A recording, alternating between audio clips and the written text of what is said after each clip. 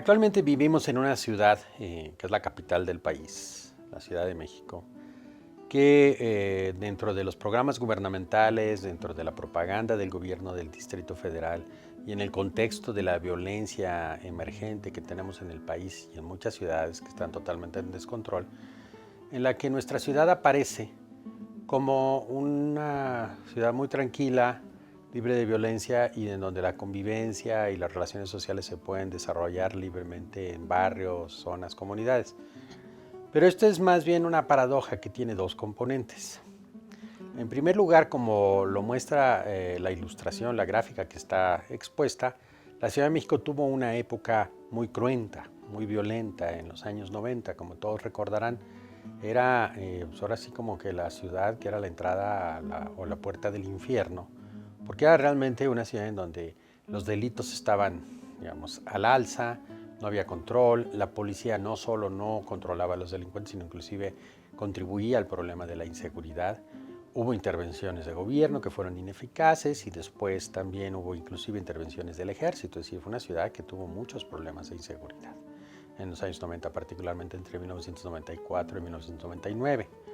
Hoy día es la ciudad que parece la más tranquila del país y que inclusive está medio aislada de la gran problemática que tenemos de crimen organizado, secuestros, asaltos, robo, violaciones, etc. Lo cual es parcialmente cierto, pero no es totalmente cierto. Como lo vemos en la misma ilustración, los delitos también se han incrementado en los últimos años en esta ciudad.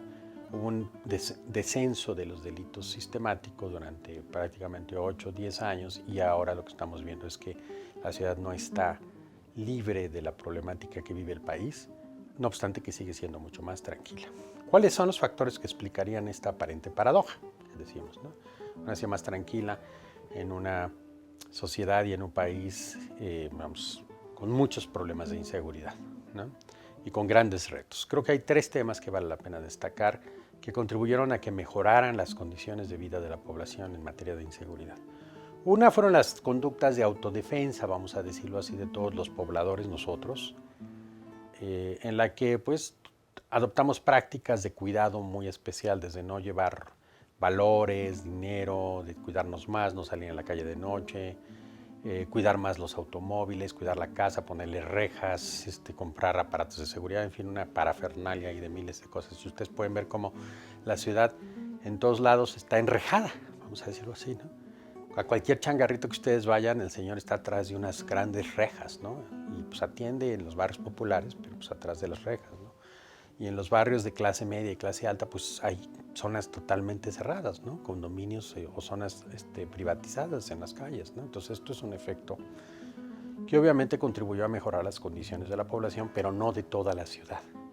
El segundo tema que es importante entender es que durante este periodo hubo un cambio político y esto obligó a que se modificaran dos condiciones importantes para la seguridad. Uno es la policía y el segundo, a desarrollar una política de seguridad que no teníamos anteriormente para la Ciudad de México, porque ya tenemos un gobierno que responde a los ciudadanos directa o indirectamente, pero ya le preocupa al mismo gobierno que la seguridad de los ciudadanos se lleve adelante. ¿Qué es lo que se ha hecho? Se han ido haciendo distintas adecuaciones y modificaciones y planes nuevos de la policía. Se ha invertido muchísimo en esto.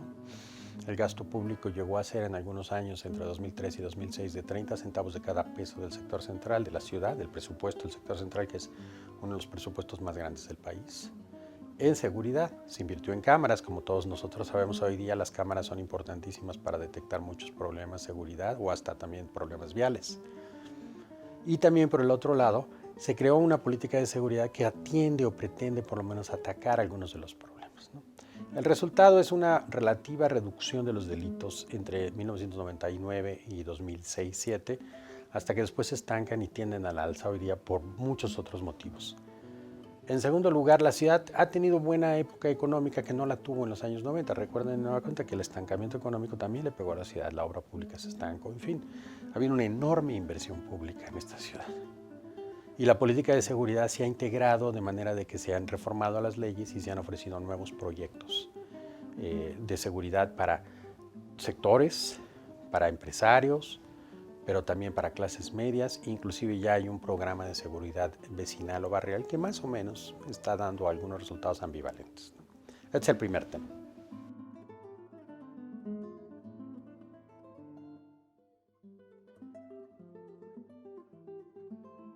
Bueno, el libro expone dos grandes dimensiones de la problemática que tenemos en esta ciudad. Primero, y este es un tema que hay que entender de manera muy importante, y este es uno de los grandes límites de la criminalidad y de la lucha contra la criminalidad en la Ciudad de México y también en el país. La Ciudad de México es una zona metropolitana muy grande. Tenemos el Distrito Federal, que es la Ciudad de México constitucionalmente hablando, y que tenemos ahora un gobierno local. Pero tenemos una enorme cantidad de municipios metropolitanos en las que vive la mitad de la población que habita esta gran ciudad. Entonces, mientras que tenemos un fenómeno de una megalópolis, lo que tenemos son gobiernos locales que limitan su actuación por motivos legales, económicos, presupuestales, etcétera, solamente a sus ámbitos territoriales.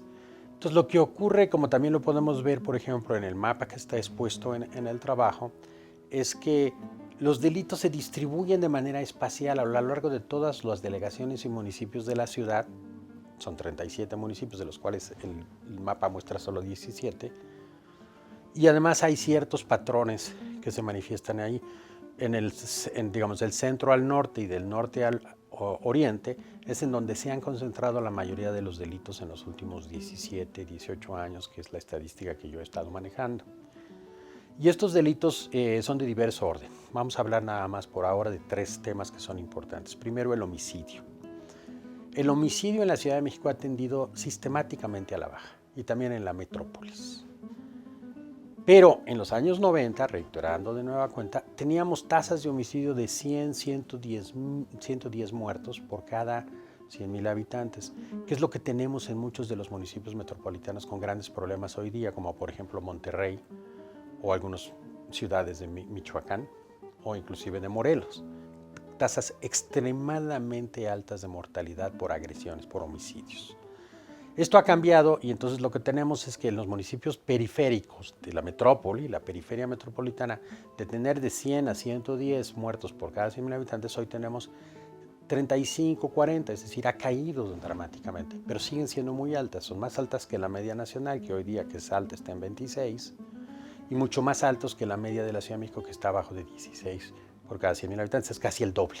Entonces tenemos zonas muy, muy violentas en materia de homicidios. El segundo tema que también manifiesta el mapa es la tasa de delitos, que son otros dos tipos de delito que quiero mencionar fundamentalmente, las lesiones y por otro lado los delitos contra la propiedad, que son robo, atentado de robo, robo a transporte, robo a casa habitación o robo a transeúnte. Empecemos por este del robo a transeúnte, por ejemplo. Este es un delito que no se ha disminuido y que se reporta poco además. Pero la pérdida neta para las personas que son asaltadas en la calle es muy alta porque la recuperación es nula, o sea, la posibilidad de obtener justicia es prácticamente nula. Y muchas veces, aunque el ingreso que se le roba a la persona es poco, para la persona es muy alto porque por lo general son personas de ingresos bajos, ¿no? Y luego tenemos el otro tipo de robos a tiendas, a comercios, a tiendas de servicios, a restaurantes, a grandes centros comerciales o inclusive robo a bancos, ¿no?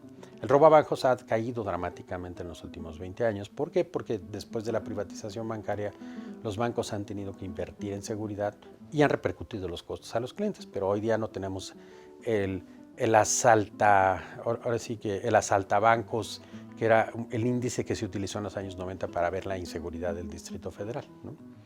Entonces, hoy día lo que tenemos es otro tipo de medidas para ver la inseguridad, pero esto se vino abajo dramáticamente. El robo a casa habitación sigue siendo alto, aunque ha tendido a disminuir y se concentra en ciertas zonas. Y luego las lesiones, que es otro indicador importante de la capital, fundamentalmente, siguen siendo muy altas, lo cual muestra que vivimos todavía en una ciudad muy violenta y muy agresiva, vamos a decirlo así. O sea, no llegamos al problema de cometer homicidios de manera sistemática, esto ha caído bastante, y digamos las políticas públicas han incidido parcialmente en la caída de la tasa de homicidios en la capital, pero las lesiones no. Ha mejorado el sistema de salud que atiende lesiones y por lo tanto también se ha reducido la tasa de mortalidad, pero seguimos siendo una ciudad muy agresiva, ¿no? Y lo vemos en la vida cotidiana, en la calle, en el transporte público, que es sumamente inseguro todavía. Hay asalto, hay agresiones, agresiones sexuales. Hay mucha inseguridad en el sistema de transporte todavía y también en el sistema de transporte de automóviles, en la cual pues, la agresión de entre automovilistas es sistemática y crónica, ¿no? Vamos a decirlo así. Bueno, entonces serían estos, por decirlo así, estos tres temas. Hay varios otros fenómenos que valdría la pena tomar en cuenta, que es otro tema que son las agresiones sexuales. Las mujeres son sumamente vulneradas todavía en las ciudades. Son víctimas sistemáticas de un muy distinto tipo de agresiones verbales, físicas, asalto, agresión sexual, etcétera, en muy distinto tipo de espacios públicos, inclusive, no solo en espacios privados. Entonces seguimos teniendo un problema profundo en la Ciudad de México en esta materia, ¿no? Y un último punto que podríamos mencionar, si les parece, es el del crimen organizado. Aquí no tenemos esta situación de enfrentamiento de bandas en la que hay masacres masivas, no obstante que sí hay cierto tipo de enfrentamientos muy violentos y ha habido algunas masacres en la ciudad. Recordarán ustedes varios casos que han sido dramáticos a lo largo de los últimos 20 años. Pero aquí hay un tema que es importante tomar en cuenta. O sea, las autoridades dicen, bueno, aquí no está asentado y no controla la ciudad el crimen organizado.